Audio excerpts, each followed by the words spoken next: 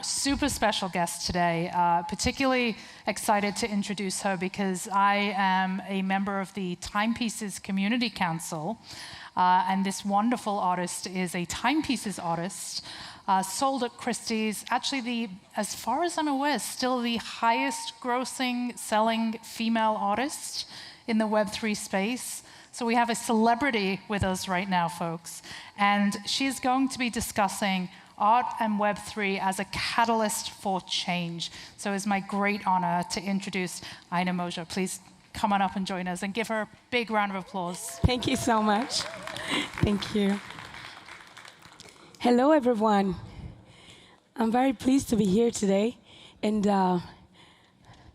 so as an artist and as someone who has been an activist for a long time, when entering the world of Web3, I was wondering, how can I bring together what I'm passionate about, art, but also activism around social and climate and gender justice. And it was a challenge because there was not a lot of models that looked like what we wanted to create, but because Web3 was so new that we were like, we can do anything because everything is to build from. So the idea, I have my notes here because and I don't have a voice anymore because I've been here for the whole week, and if some of you have been here to the side events, you know that there was good music, and it was sometimes very loud, and we enjoyed ourselves, so that's why I don't have a voice anymore. So what I wanted to talk to you about is art and tech as catalysts for change. So when we talk about change, it drives history, and we are witnessing such a profound transformation in our society right now, and it can be overwhelming as digital and creative intersects. How can we use art to advocate for the causes that we care about, and how do we use art as a vessel for change? So we as creators and innovators and activists, how can we harness what is happening in Web3 right now to impact the world? So creating that bridge between real life and digital life. And so blockchain is often talked about as a financial disruptor and a ledger, changing, how it transacts. So to me, I think that its potential lies far beyond, because when we talk about, every transaction in this world, every contribution that is traceable and transparent and brings accountability to the powerful, but also supports the most vulnerable. This is the world that we aim to build. It's not there yet, but when we build a foundation that looks like what we want in the future, I think we have more chance to not have to deal with these problems later on if it's already embedded in the foundation. So diversity, inclusivity, making sure that nobody's left behind, and it's a movement more than anything, and it's a movement that is led by art. So what role does art play in this?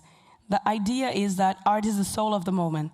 It speaks a language that transcends words. It's about an emotion. It's about how we connect together.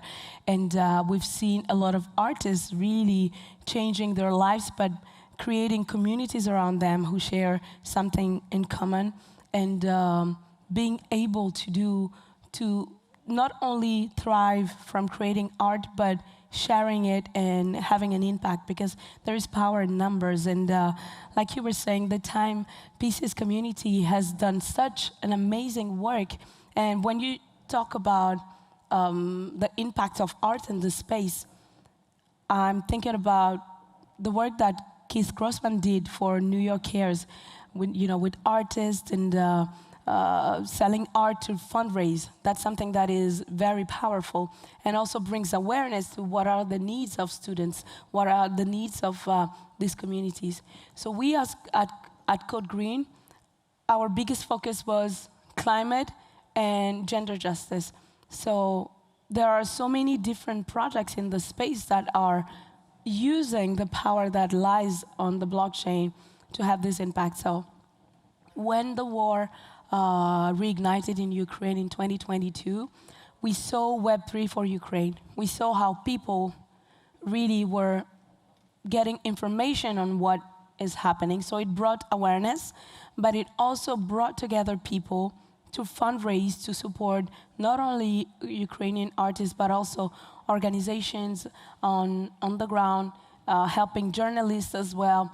And it shows how powerful we are in this digital world, bridging with a in real world community. So to me, the synergy between art and tech creates a powerful vessel.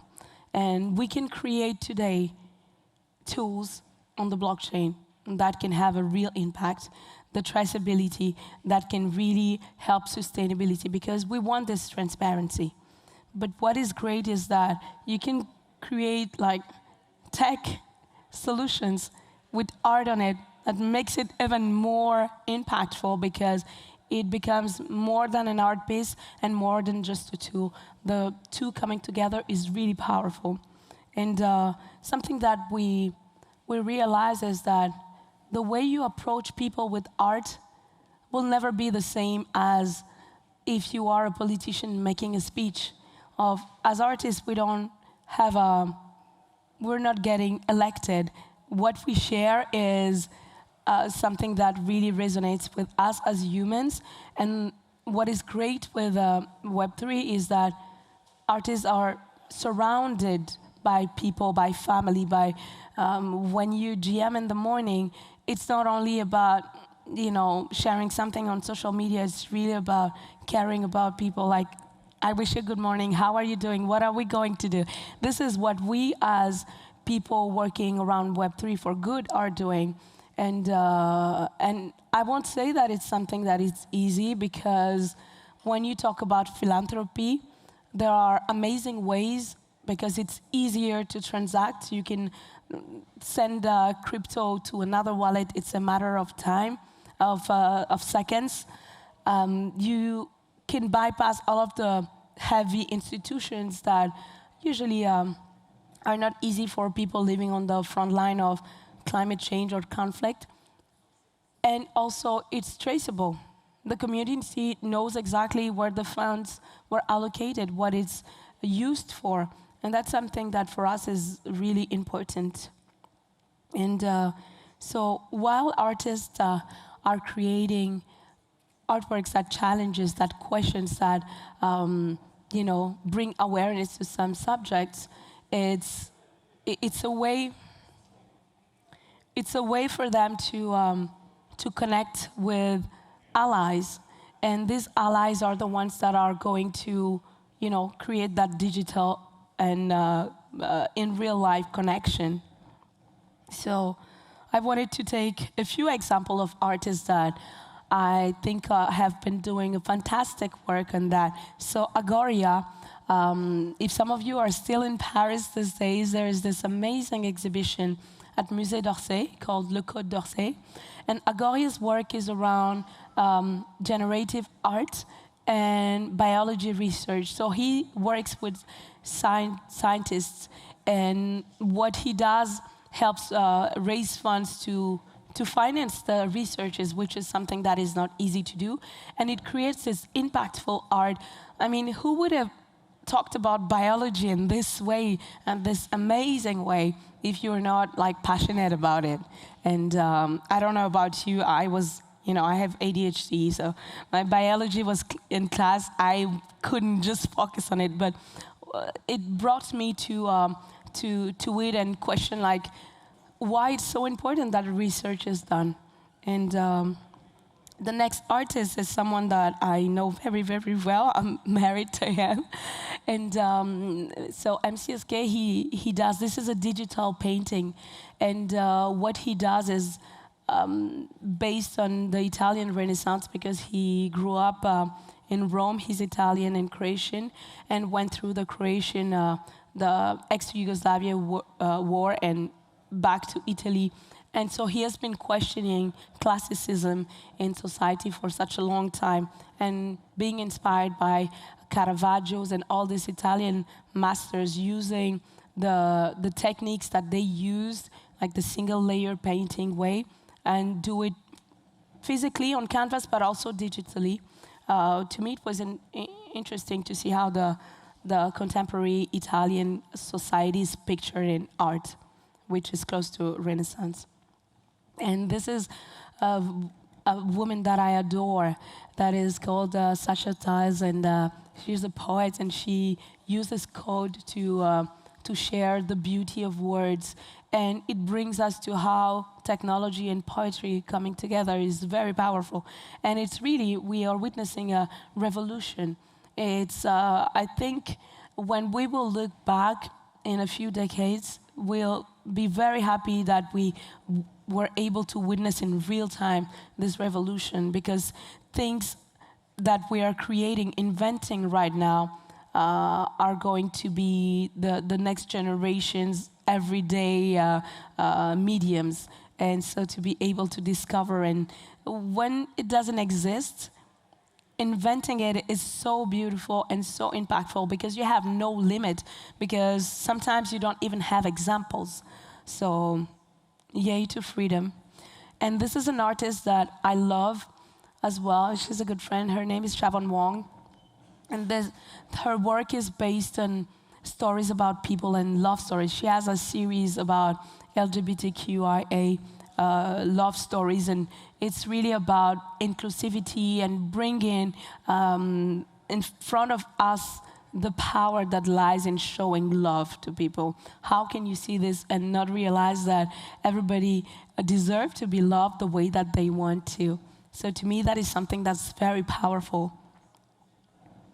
The next artist was speaking yesterday here. His name is Yu Yu, and Yu Yu kind of he has this reimagination of very iconic paintings and masterpieces, but he does it incorporating like his fabulous and inclusive world, which is very provocative and just beautiful, and not people are not used to seeing these masterpieces with so much freedom, and this is something that is from our time. And I think looking back on this in a few years, it will open the door for more artists like him to explore all of this fabulousness. And the next artist is called Food Mascu, and he's an amazing artist from New York, and he uses food to do his face mask. And behind that story, he brings awareness to food waste and sustainable farming practice. At CodeGreen, our team curated a campaign for UN SDG around the Sustainable Development Goals, and one of the themes was food. And so he created these artworks just to bring attention to local farmers and how we can change the way that we consume as well. Because, as consumers, we have such a big power to make a change, and as a society as well. So this is Yatreda, and their work is very powerful, because as African artists, to bring forward the story of Ethiopia and bring the visual that people don't usually see from Africa in this stunning, ancestral way. It's very powerful, and it says a story that not a lot of people maybe might know in Web3, but it brings to the Ethiopian and the African culture in the forefront of Web3 and art in general. And the last one is a work that I've done myself. It was part of the campaign for UN SDG, and it was about climate and how I wanted to raise awareness on the dangerous, effects of climate change on the our societies, like what we are moving forward to, like this code red, there's the temperatures rising, the sea levels, climbing, and really how it looks so fragile and scary at the same time. But I wanted this girl to remain as powerful and beautiful as possible, and she to me is all of us. Like all of us, we don't have a plan B. We have this planet, and either we care about it or not, the outcome depends on us. So for me, doing this on the blockchain is something that leaves a trace. It leaves a mark, and we are able from all around the world to come together to make an impact. And Web3 for good is not, for many people, the sexiest thing, because we've seen, like during the bull market, a lot of funds, a lot of huge things happening, but the foundation is the most important thing, because if we don't stand on something that is solid, that is as diverse as possible, inclusive and ethical, in the future is something that we will regret, because we will have to run after the clock to make it right. So what we are doing takes time. It takes a lot of people coming together, but I strongly believe that we can go faster, because our 3 months is, we don't have the same timing as the more traditional world. We can go faster, and I would say better, because a lot of people that came into Web3 or the blockchain in general didn't like something in real world, wanted a place different where they felt like they belonged. So everybody found their communities, they found their tribe, and they do things together. And togetherness is the most powerful thing.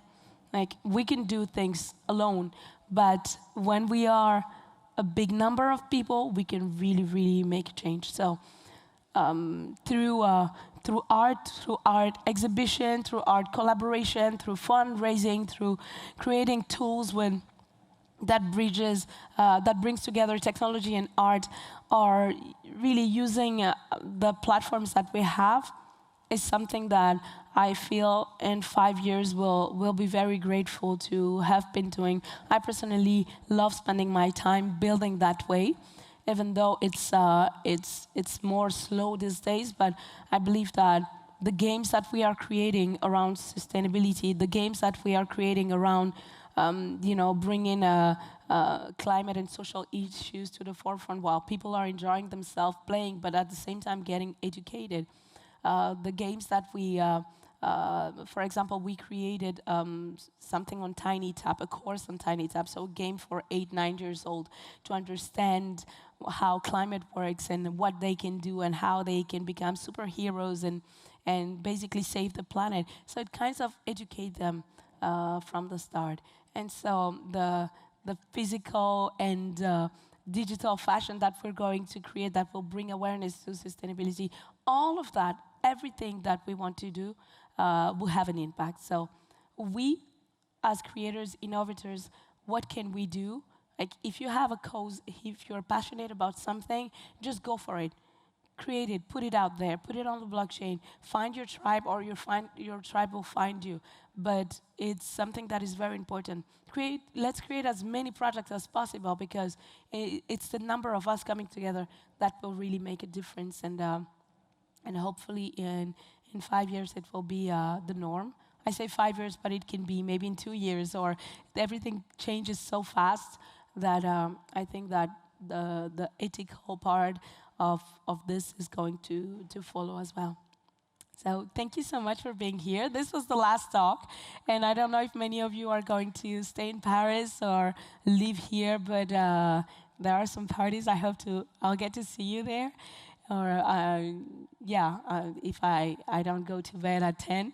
But it was a huge pleasure to be here. It's the first time that I'm sitting alone here, and hopefully we can connect. Thank you so much.